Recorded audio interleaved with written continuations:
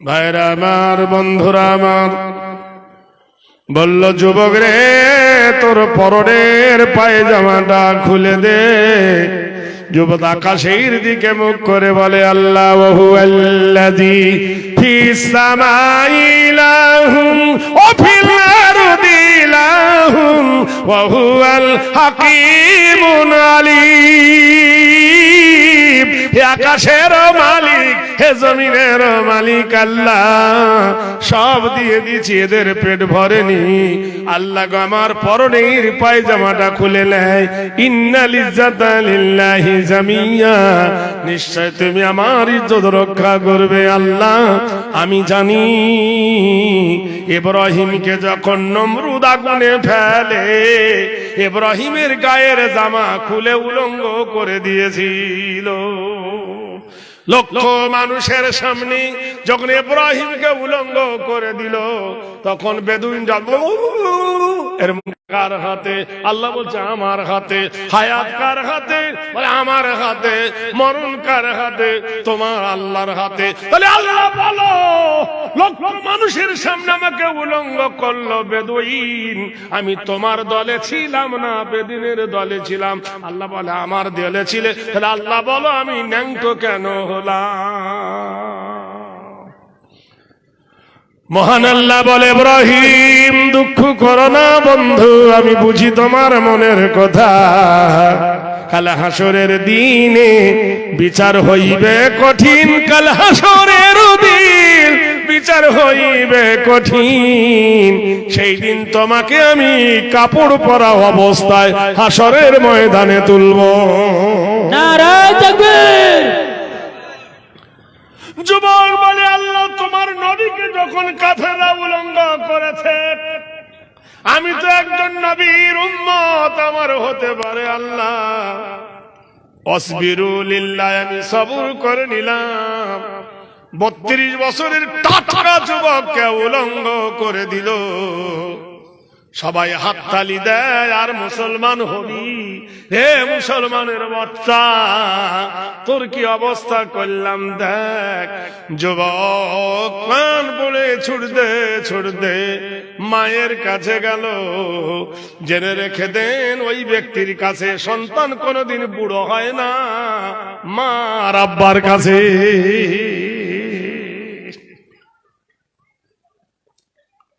মা মা মা বলে ডাকে। মা বলেছে, কি হয়েছে রে আমার সোনার লাল? বললে, মা আমার জামা কেড়ে নিয়েছে, পরনের পায়জামা কেড়ে নিয়েছে। মা দরজা খুলে বেটার দিকে তাকে হতভাব, হায় হায়, আমার এত সুন্দর বড় বেটা আমার কলেজার টুকরাকে ল্যাংটা করেছে। মা বলল, বেটারে কি দেব তোর? ঘরে কোনো কাপড় নাই, কোনো জামা নাই, কোনো বস্ত্র নাই, তোকে আমি দিই বেটা।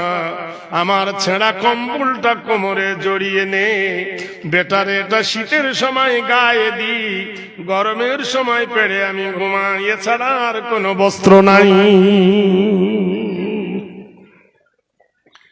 ছেলে কোমরে কম্বল জড়ালো, মায়ের কাছে দাঁড়িয়ে বলছে, মা ফতোয়া দিলাম, লা তাবুদু ইল্লাল্লাহ ওয়া বিল ওয়ালিদাইনি ইহসানান।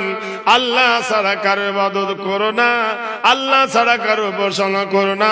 ওয়া বিল ওয়ালিদাইনি ইহসানান, তোমার মা বাপের সঙ্গে সদয় হবে। ওয়া কুল্লাহুমা কাওলান কারীমা, মার্জিত হয়ে, নম্র হয়ে, ভদ্র হয়ে কথা বলবে, উচ্ছৃঙ্খল হয়ে কথা বলবে না। মা বলল, বেটারে নতুন করে আর আমি আঘাত দিস না, আমি বড় ব্যথিত। বলে, কার জন্য গো মা? বলে, আমার মা হারা নবী, আমার বাপ হারা নবী, এতিম নবী, জন্মে কোনদিন পিতা দেখলো না, বাড়ি ঘর জমি ঘর কিচ্ছু ছিল না, খাদিজার যা পেল সব দান করে দিল, নিজের জন্য কিছু রাখলো না। সেই নবীকে কাবা শরীফের ভিতরে তার মাথার উপরে উটের ভুঁড়ি চাপিয়ে দিল, গলায় ফাঁস লাগিয়ে দিয়ে জিভ বার করে দিল, তার জয়নাব কুলসুম দুটো মেয়েকে তালাক দেওয়া করালো। অত্যাচারের ভয়ে নবী আমার মদিনায় চলে গেছে। বাপরে, নতুন করে আর আমাকে ব্যথা দিস না, আমি নবীর প্রেমে বড় পাগল। তবে বেটা শুনে নে, এই জালেমের অত্যাচার থেকে পালিয়ে যান। ওরা তোকে ন্যাংট করেছে, উলঙ্গ করেছে, ওরা ছেড়ে দেবে না, তোকে মারবে, তোকে মেরে ফেলবে। বেটা যা যা, আমি তোকে ইজাজত পারমিশন দিলাম, তুই মক্কা ছেড়ে মদিনায় চলে যা। মায়ের কাছ থেকে অনুমতি নিয়ে যুবক রাতের অন্ধকারে জোর প্রতিযোগিতা শুরু করে দিল। দিনের বেলায় পাহাড়ের গুহায় লুকিয়ে থাকে, রাতের বেলায় ছুটতে আরম্ভ করে। 7-8 দিনের ব্যবধানে যুবক মসজিদে নববীতে পৌঁছালেন। তখন মসজিদে নববীর খুঁটি হলো খেজুর গাছের, মসজিদের ছাদ হলো খেজুর পাতা দিয়া। সাহাবী মদিনায় পৌঁছে গেলেন। খোলা আকাশের নিচে বসে সারা রাত শিশিরি ভিজে বসে বসে চোখের পানি ফেলে। হযরতে বেলাল হাবশী রাদিয়াল্লাহু তাআলা আনহু আযান দিচ্ছে, আসসালাতু খায়রুম মিনান নাওম, নামাজ ঘুম হইতে উত্তম। আল্লাহর নবী উঠে উযু করছেন। আবু বকর সিদ্দিক রাদিয়াল্লাহু তাআলা আনহুর উযু হয়ে গেছে। আল্লাহর নবী কান্না শুনতে বলে, আবু বকর মসজিদের ছাতালে বসে কে চোখের পানি ফেলে গুইয়ে গুইয়ে কাঁদে দেখো। আবু বকর রাদিয়াল্লাহু তাআলা আনহু ছুটে গিয়ে যুবকের মাথায় হাত দিয়ে বলল, যুবক কে তুমি এখানে কাঁদো?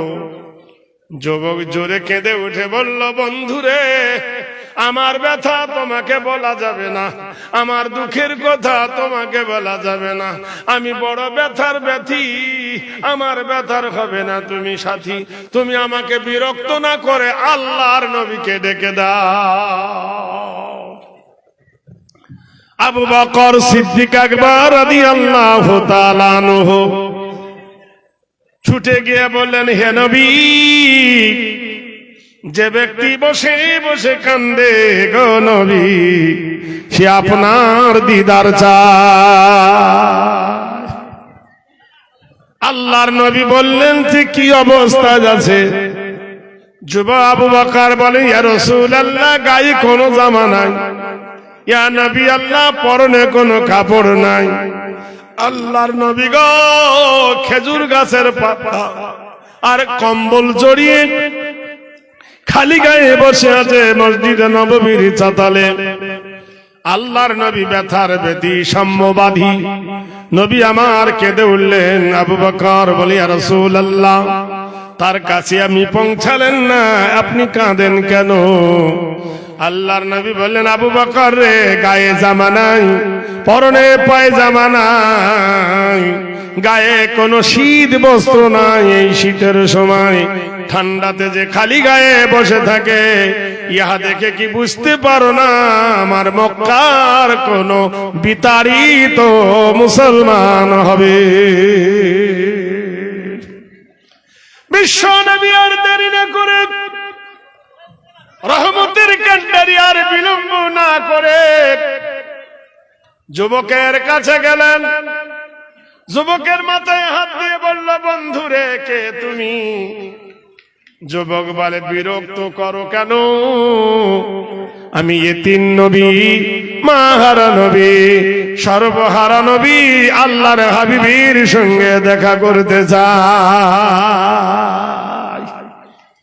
قل إن كنتم تحبون الله আল্লাহ ফাত্তাবিউনি ইউহিব্বুকুমুল্লাহ ওয়া ইয়াগফির লাকুম যুনুবাকুম আল্লাহু গফুরুর রহিম। হে নবী, আপনি বলে দেন আপনার অনুসারীদেরকে, তোমার আল্লাহর সঙ্গে যদি কেউ মহব্বত করতে চায়, ফাত্তাবিউনি, তারা যেন তোমার ইত্তেবা করে, তোমার অনুসরণ করে। তোমাকে শুধু ভালোবাসলে হবে না, তোমার সুন্নতকে আঁকড়াতে হবে। আবু তালেব নবীকে সব থেকে ভালোবেসেছিল, কিন্তু নবীর সুন্নত মানেনি বলে বাতিল হয়ে গেল। নবীকে